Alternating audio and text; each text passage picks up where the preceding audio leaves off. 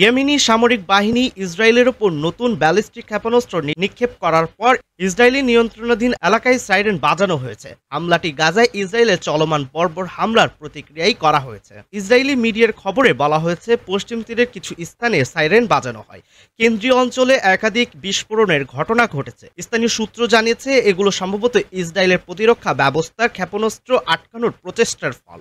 এই হামলার কারণে বেন গুরিয়ন বিমানবন্দরের আকাশপথ সামরিকভাবে বন্ধ রাখা হয়। হামলায় সরাসরি কোনো হতাহতের খবর পাওয়া যায়নি, তবে বহু বস্তি স্থাপনকারী আতঙ্কে বোম শেল্টারে আশ্রয় নিয়েছেন। পরে ইসরায়েলের সামরিক বাহিনী দাবি করেছে যে তাদের প্রতিরক্ষা ব্যবস্থা ক্ষেপণাস্ত্রটি আটকাতে সক্ষম হয়েছে। ইয়েমেনি বাহিনী জানিয়েছে, তারা গাজায় ইসরায়েলের ভূমি ও বিমান হামলা বন্ধ না করা পর্যন্ত তাদের অভিযান চালিয়ে যাবে।